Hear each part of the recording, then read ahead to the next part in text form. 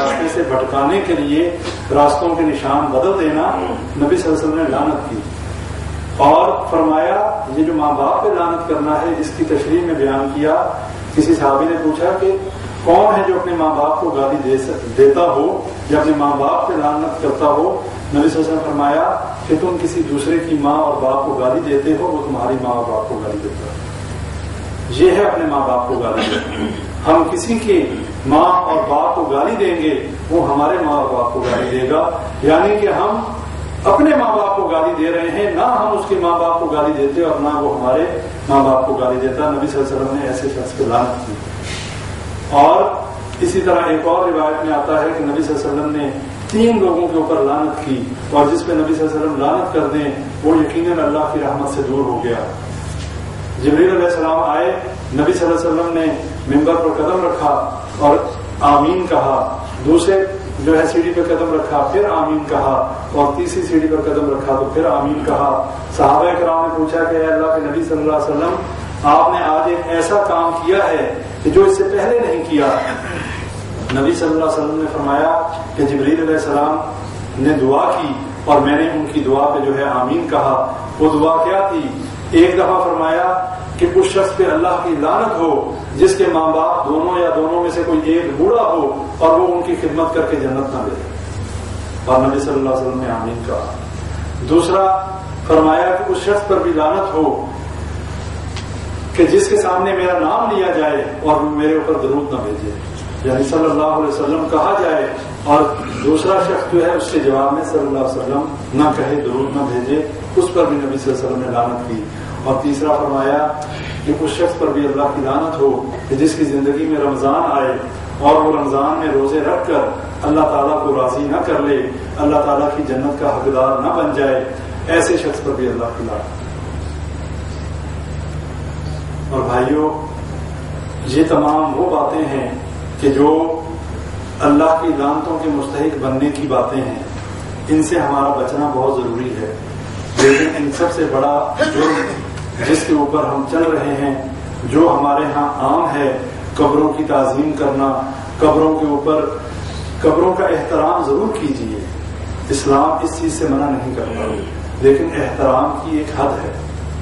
قبروں کا احترام یہی ہے کہ وہاں پر جائیں، وہاں پر جا کر اپنے لیے بھی دعا کریں اور اس مدفون شدہ شخص کے لیے دعا کریں اور اپنی آخرت کو یاد کریں. یہی احترام ہے. ان کی بے حرمتی یہ نہیں ہے کہ قبروں کو پکا بنائیں، قبروں کے اوپر مزار بنائیں. یہ قبروں کا احترام نہیں ہے، یہ نبی صلی اللہ علیہ وسلم کی سنت کی صریحاً مخالفت ہے. نبی صلی اللہ علیہ وسلم کی سنت کیا تھی؟ فتح مکہ کے موقع پر حضرت علی رضی اللہ تعالیٰ عنہ سے فرمایا کہ جو قبر اونچی دیکھو اس کو برابر کر دو، جو مورتی دیکھو اس کو مٹا دو، جو بت دیکھو اس کو گرا دو. آج کون ہے کوئی بات کر سکتا ہے کسی مزار کو گرانے کی؟ نہیں کر سکتا. اس لیے کہ ہمارے ذہنوں میں شیطان نے ان مزاروں کا احترام اس طریقے سے ڈال دیا کہ ان کو شرک کے اڈوں میں تبدیل کر دیا. قبر کا احترام ہے، قبر کی پوجا نہیں ہے. ہمیں قبروں کا احترام کرنا چاہیے، قبروں کو پوجنا نہیں چاہیے. آج جتنی بت پرستی ان قبروں کی وجہ سے ہو رہی ہے، اس لیے کہ اسلام کا کانسیپٹ قبر کا یہ ہے کہ قبر کو کچا بنایا جائے اور کچھ عرصے کے بعد، سال 2 سال 4 سال کے بعد آٹومیٹکلی وہ جگہ برابر ہو جاتی ہے، پھر اس کی جگہ دوسرا مردہ جو ہے دفن کیا جاتا ہے. ہمارے ہاں تو قبروں کے لیے جگہیں الاٹ کی جاتی ہیں، ہم تو جگہ ریزرو کرتے ہیں، پھر وہاں پر پکی قبریں بناتے ہیں. جب ہم پکی قبریں بنائیں گے یقیناً اس کے بعد وہ ہمیشہ کے لیے قائم ہو گئی. اسلام کا فلسفہ پھر اسلام نے پکی قبریں نہ بنانے کا ایک فلسفہ یہ بھی بتایا کہ چونکہ آبادی بڑھے گی، جب پہلی نسلیں ختم ہو جائیں گی تو آٹومیٹکلی دوسرے لوگ وہیں پہ دفن ہوں گے. لیکن جب ہر ایک قبرستان میں، آج قبرستانوں میں جگہ کیوں نہیں ملتی؟ اس لیے کہ ہم نے ہر قبر کو تو پکا بنا دیا. اور کہیں پہ اگر کوئی چرسی شرابی بھنگی جو ہے آ کر بیٹھ گیا، گندا جس کو اپنی طہارت کا بھی پتہ نہیں، جس کو نماز روزے کا بھی پتہ نہیں، وہ آ کر بیٹھ گیا، اس نے وہاں مزار بھی بنوا دینا ہے، اس نے وہاں پہ مشکل کشتہ بھی بنا دینا ہے، اس نے وہاں پر لوگوں کی تمام حاجتوں کا مداوع جو ہے کھڑا کر دینا ہے کہ یہ بڑے پہنچے ہوئے ہیں. نبی صلی اللہ علیہ وسلم کے بارے میں قرآن کی آیات یہ بتاتی ہیں، احادیث یہ بتاتی ہیں کہ نبی صلی اللہ علیہ وسلم کو بھی علم غیب نہیں تھا۔ اللہ جو چیز وحی کے ذریعے بتا دیتا نبی صلی اللہ علیہ وسلم کو پتا چل جاتا، جو اللہ نہ بتاتا نبی صلی اللہ علیہ وسلم کو بھی پتا نہ چلتا۔ فرشتوں کے پاس علم غیب نہیں ہے، بزرگوں کے پاس علم غیب نہیں ہے۔ جب نبی جیسی ہستی کے پاس علم غیب نہیں تو جو دفن ہو گئے، جو مردہ فوت ہو گئے، اس کے پاس علم غیب کہاں سے ہے؟ اسے یہ کیسے پتا چل گیا کہ میری قبر پر جو ہے چڑا آیا یا چڑی آئی، میری قبر پر کوئی دیگ لے کے آیا یا بکرا لے کے آیا؟ یہ سب لوگوں کو دھوکہ دینے کے طریقے ہیں، لوگوں کے مال اور لوگوں کے ایمان کو لوٹنے کے بہانے ہیں۔ اس کو سمجھیں، اس بات کو سمجھیں، اس لیے کہ ہمارا ایمان تب بگڑتا ہے کہ جب ہم ان قبر والوں کے قبروں پر جا کر نظر و نیاز دیتے ہیں۔ وہ قبر والے کو تو نہیں ملتی، وہ تو وہاں کے مجاور کھا جاتا ہے۔ اس قبر والے کو ہمارا دیگ کا دینا یا ہمارے بکرے کا دینا کیا فائدہ دے گا؟ وہ تو کھانے پینے سے آزاد ہو چکا، اس تک تو کوئی چیز نہیں پہنچتی۔ نہ یہ جمعرات کے جمعرات روحیں آتی ہیں، یہ کانسیپٹ کس نے بنایا کہ ہر جمعرات کو روحیں آتی ہیں اور پوچھتی ہیں کیا پکایا؟ یہ ہر چیز ہماری برے صغیر پاک و ہند کی کھانے پینے کے ارد گرد کیوں گھومتی ہے؟ اس لیے کہ مولوی کا پیٹ نہیں بھرتا۔ جب کوئی مر جائے تب دیگ چڑھاؤ، کل کرو، 40واں کرو، جمعرات کرو، برسی کرو، اس کے بعد اتنے دیر میں کوئی اور مر جائے گا، پھر سلسلہ شروع ہو جائے گا۔ اب انہوں نے اپنا راشن تو چلانا ہے، لیکن بات وہی ہے۔ سورہ توبہ میں اللہ فرماتا ہے ان لوگوں سے ہوشیار رہیے۔ یا ایھا الذین آمنوا ان کثیرا من الاحبار والرهبان لیأکلون اموال الناس بالباطل ویصدون عن سبیل اللہ۔ اللہ کہتا ہے اے ایمان والو، تمہارے مولویوں اور تمہارے درویشوں کی اکثریت جو ہے لوگوں کا مال باطل طریقوں سے کھاتے ہیں۔ مسئلہ یہ ہے ہم نے قرآن بھی نہیں پڑھا، ہم نے خود بھی قرآن نہیں پڑھا، اس لیے ہمیں بھی پتہ نہیں۔ اگر ہم نے قرآن پڑھا ہوتا، اس طرح کا کوئی مولوی آتا، ہم یہ آیت نکال کے سامنے رکھتے، مولوی صاحب یہ آپ کے بارے میں آیت آئی ہے، آپ کو حلوہ چاہیے، آپ کو زردہ چاہیے، کیا چاہیے؟ اور ایسے مولویوں کے لیے، ایسے علماء سوء کے لیے جو لوگوں کے ایمان اور ان کے مال کے دشمن ہیں، ایسے لوگوں کو سے ہوشیار رہیے۔ اور ایسے لوگوں کا یہ حل ہے کہ جب بھی ختم دلوانے کی فرمائش کریں ان کے آگے ایک ٹب بھر کے پانی کا رکھیں، کہ مولوی صاحب آپ کو کھانا نہیں ملنا، یہ سارا ان لوگوں کے لیے، آپ کے لیے پانی کا ٹب ہے، آپ پانی کے جگ پیئیں بیٹھ کے، باقی سب کے لیے حلوہ بھی ہے، زردہ بھی ہے، مرغا بھی ہے، آپ کے لیے نہیں۔ دیکھ لیں ایک دو ختم ایسے کریں گے، تیسرے میں ختم حرام ہو جائے گا۔ یہ حل ہے ایسے مولویوں کا۔ بھائیو یہ دین بڑا آسان ہے، لیکن آسان اس کے لیے ہے جو کتاب اللہ اور سنت رسول اللہ پر چلے، اور جو علماء سوء کے پیچھے لگے گا وہ ان کے مال اور اس کے ایمان کو لوٹ لیں گے، اور قیامت کے دن پھر یہ ہوگا کہ اللہ کے سامنے ایسے مولویوں کے اوپر وہ لوگ لعنتیں کریں گے کہ اے اللہ انہوں نے ہمیں گمراہ کر دیا، ان کی وجہ سے ہم گمراہ ہو گئے، اے اللہ ان کو دگنا عذاب دے۔ اللہ کہے گا آج تم سب کے لیے دگنا عذاب ہے، تمہیں شعور نہیں۔ اپنے ایمان کو بچائیں، اپنے توحید کو بچائیں، شرک سے بچیں، ان قبروں کی تعظیم کریں لیکن ان کی عبادت نہ کریں، قبروں کو پکا نہ بنائیں، قبروں کے اوپر مجاور بن کے نہ بیٹھیں، قبروں کے اوپر جو ہے قرآن خوانیاں نہ کریں، وہاں پر نمازیں نہ پڑھیں۔ نماز جنازہ کا کانسیپٹ دیکھیں، اللہ تعالیٰ نے جہاں پر شرک کی ذرا سی کوئی گنجائش تھی، اللہ نے وہ بھی نہیں رہنے دی۔ نماز جنازہ میں سجدہ نہیں ہے۔ اگر نبی صلی اللہ علیہ وسلم سے ایک روایت میں ثابت ہے کہ ایک قبر پر انہوں نے نماز جنازہ پڑھی کہ جس کی وہ پہلے نماز جنازہ نبی صلی اللہ علیہ وسلم نہیں پڑھ سکے تھے، لیکن عموماً آپ دیکھیں ہماری جتنی عبادات ہیں نفلی، ان میں سجدہ ہے، لیکن نماز جنازہ میں سجدہ نہیں ہے۔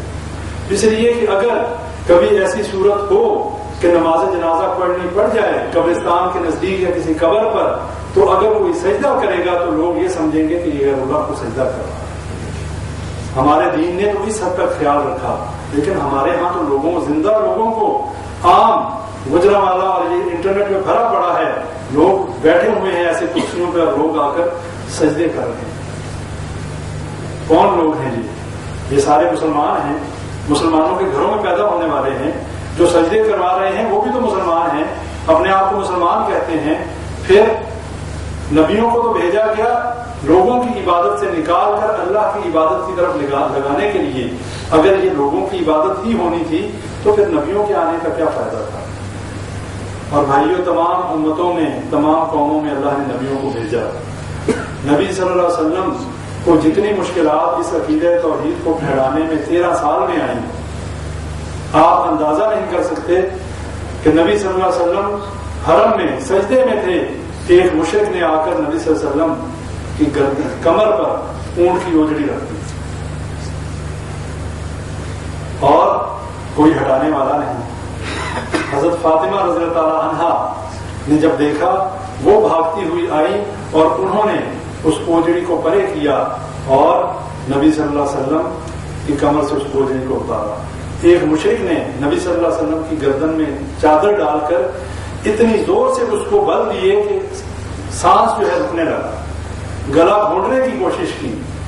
حضرت ابوبکر صدیق رضی اللہ عنہ آ گئے، رات کے دھکا دے کر اسے پرے کیا اور کہا کہ کیوں اس بندے کو اس لیے قتل کرتے ہو، اس لیے مارتے ہو کہ یہ کہتا ہے کہ میرا رب اللہ ہے. ہمارے ساتھ تو ایسا معاملہ نہیں ہے، نہ تو ہمیں آ کر کوئی گریبان سے پکڑتا ہے.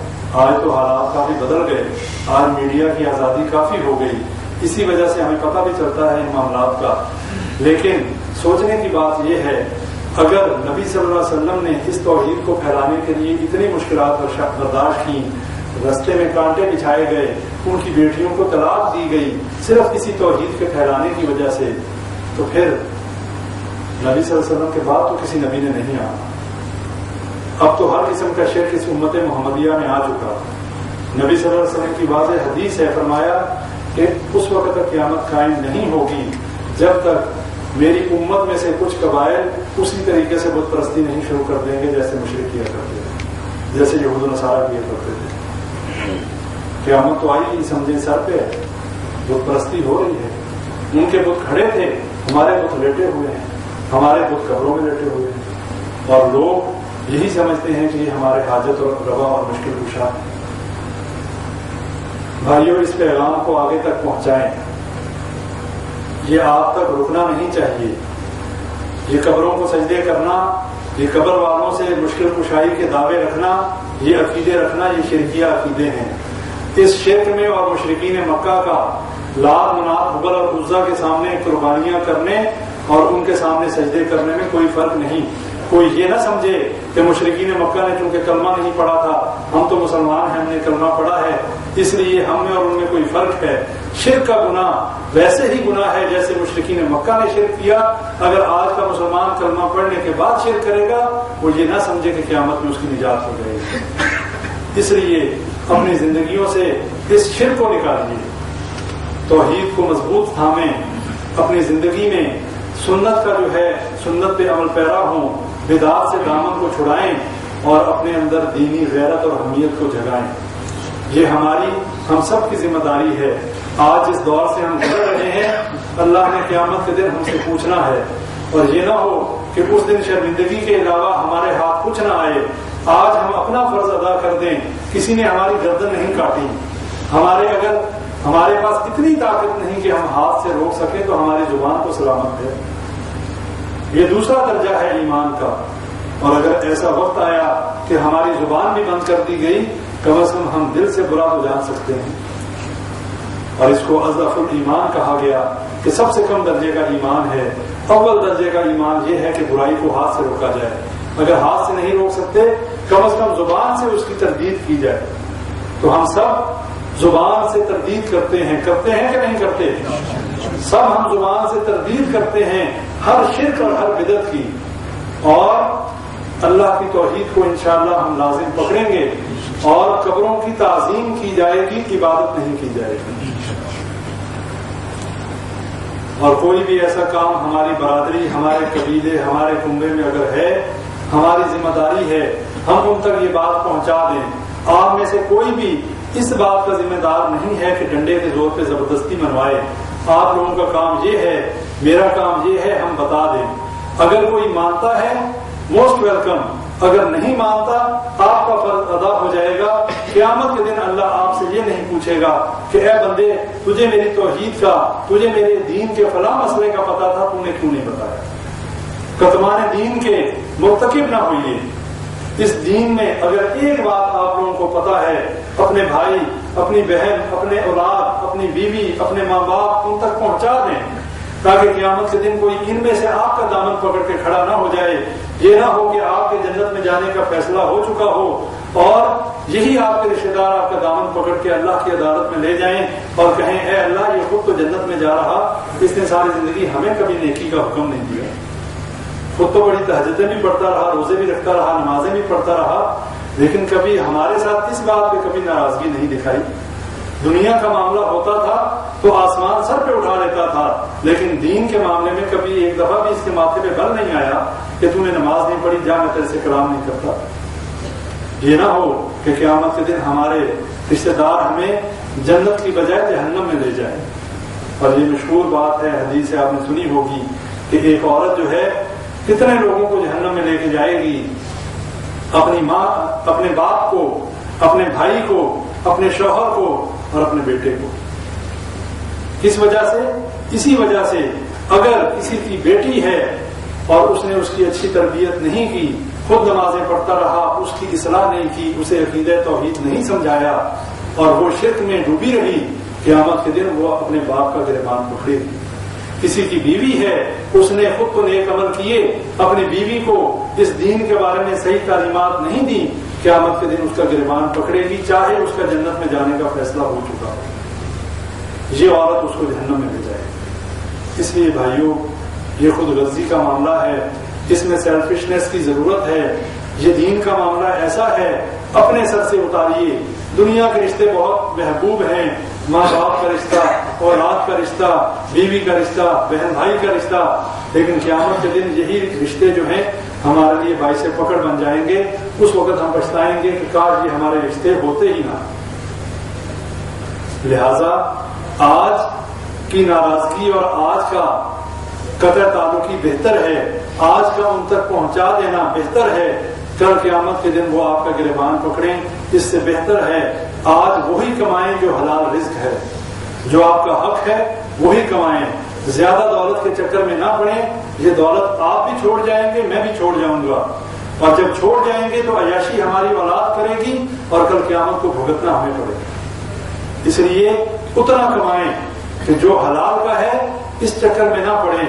جو زندگی آپ کی ہے، اللہ نے آپ کو رزق دیا، جو پیچھے ہیں جو اللہ ان کا ذمہ دار ہے، اللہ ہی ان کا جو ہے کارساز ہے، اللہ ہی ان کا حاجت روا اور مشکل کشا ہے، اللہ خود ان کو رزق دے گا. ہمیں یہ ٹینشن لینے کی ضرورت نہیں.